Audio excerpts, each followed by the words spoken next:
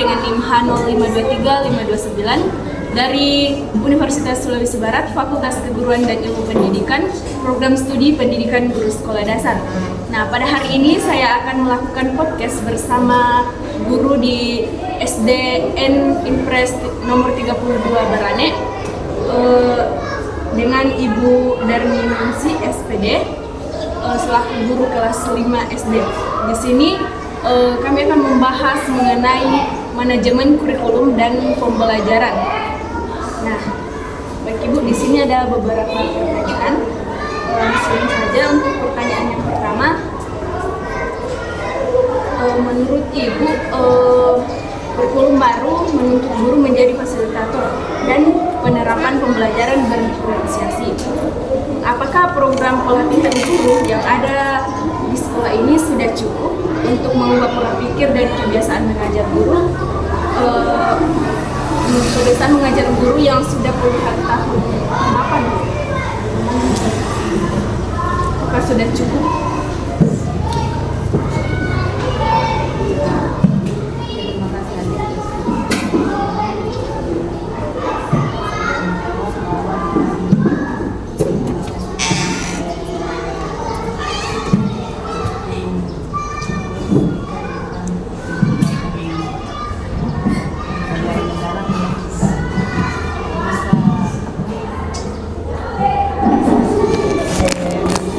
Sudah bisa membawa pola pikir yang masih dulu. Sekarang sudah bisa kita sebagai seorang pendidik dan juga peserta didik sudah bisa mulai ditumbuh kembangkan itu pola pikir itu tersebut supaya bisa lebih berkembang lagi, yang lebih baik lagi. Dan juga dengan adanya kurikulum yang baru ini dengan pendekatan pembelajaran mendalam, guru bisa tahu hal-hal apa saja yang harus kita rubah. Kemudian pola pikir yang bagaimana itu yang harus kita merubah, hal-hal apa saja itu yang perlu kita rubah agar pola pikir kita yang dulunya masih tetap bisa berubah ke pola pikir yang bertumbuh. Terutama bukan cuma khusus untuk gurunya, tetapi pola berpikir itu juga bisa berdampak juga kepada peserta didik. Kalau pelatihan guru Bu, setiap tahun atau setiap bulan? Dia tidak juga setiap tahun dan juga tidak setiap bulan. Tergantung tergantung ya, kalau ada lagi misalnya kebutuhan yang ingin mau disampaikan, ya kita melakukan pelatihan. Iya.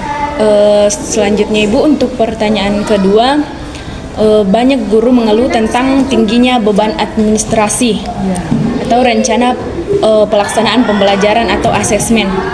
Terus untuk pertanyaannya Ibu, bagaimana manajemen kurikulum seharusnya menyeimbangkan antara akuntabilitas birokrasi dan kebebasan atau kreativitas guru di kelas? Menurut Ibu saja, bagaimana menurut Ibu?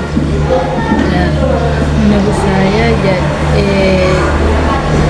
sekarang memang dalam penyusunan administrasi memang sudah tidak terlalu membebani sebagai seorang guru, karena seorang guru itu tidak harus dituntut untuk harus semua tujuan-tujuan ini harus dicapai dalam waktu yang misalnya dalam satu hari full itu tujuan pembelajaran itu harus dicapai, tapi bisa dilakukan pada minggu-minggu selanjutnya. Jadi misalkan dalam segi administrasi ya saya rasa tidak terlalu membebani administrasinya, karena tidak maksudnya misalkan dalam menyusun kita program-program tidak harus begini bisa kita misalkan kita menyesuaikan saja dengan situasi dan kondisi anak-anak. Tapi memang beberapa hal-hal penting yang harus disiapkan dalam administrasi, terutama RPP itu harus penting untuk kita siapkan. Kreativitas. Kalau yang kreativitas guru dalam kelas itu seperti ini mungkin Ibu. Iya. Dibuat sendiri. Iya, dibuat Sesuai sendiri. kreasi guru sendiri. Seperti ini pojok baca, kemudian hiasan dinding, apa semua itu kreatif dari guru.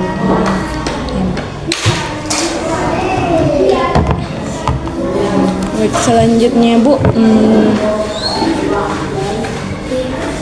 misalkan nih Bu, kurikulum itu diibaratkan sebagai menu masakan. Ya. Bahan apa yang menurut Ibu paling penting dan bahan apa yang sebaiknya dihilangkan? Masakan, misalkan apa? Contoh berupa masakan. Ya, berupa misalkan ini kurikulum berupa masakan Bu. Menurutnya Ibu apa yang paling penting dan misalkan ada mungkin yang bisa dihilangkan? Misalnya kalau kita mau masak sayur sop mungkin, sayur sop mungkin ya, ini cuma sekedar saya. Iya Bu, tidak apa-apa Bu, menurut saya lah.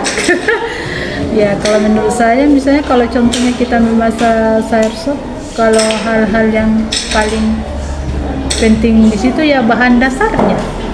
Ya misalnya ada wortelnya, ada kentangnya mungkin, tapi yang perlu dihilangkan ya saya rasa kita tidak perlu menggunakan seperti misalnya masako atau peksi.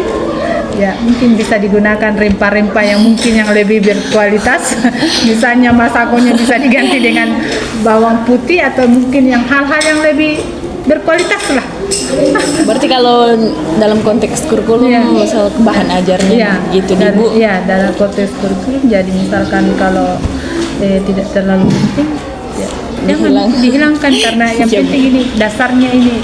Apalagi sekarang anak-anak itu dalam hal sekarang ini yang perlu diutamakan itu pembentukan karakter. Pembentukan karakter. Iya.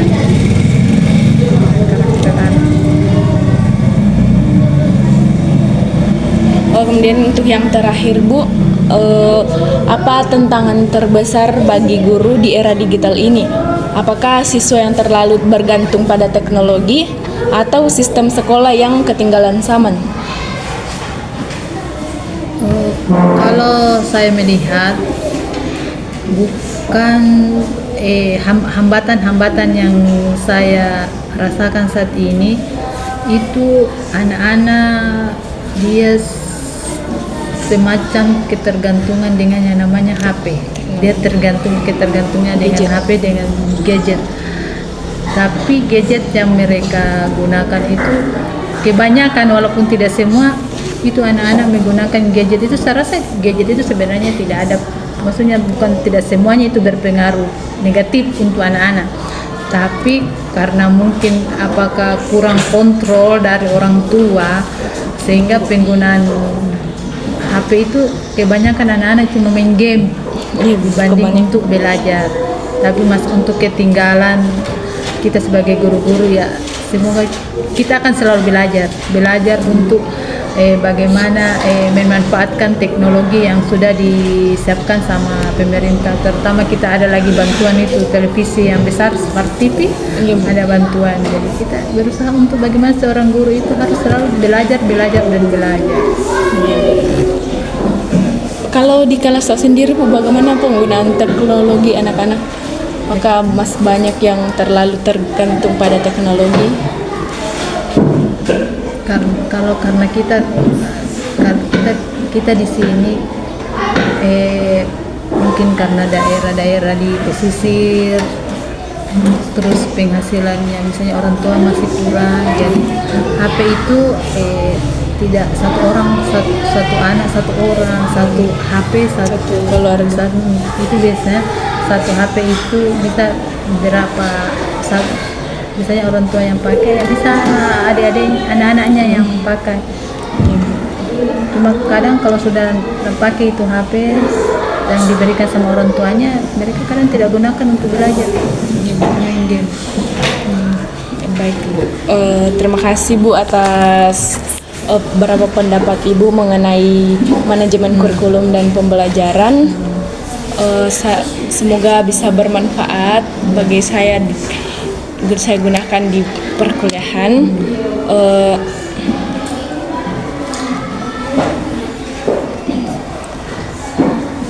Baik Ibu, mungkin sampai di sini saja.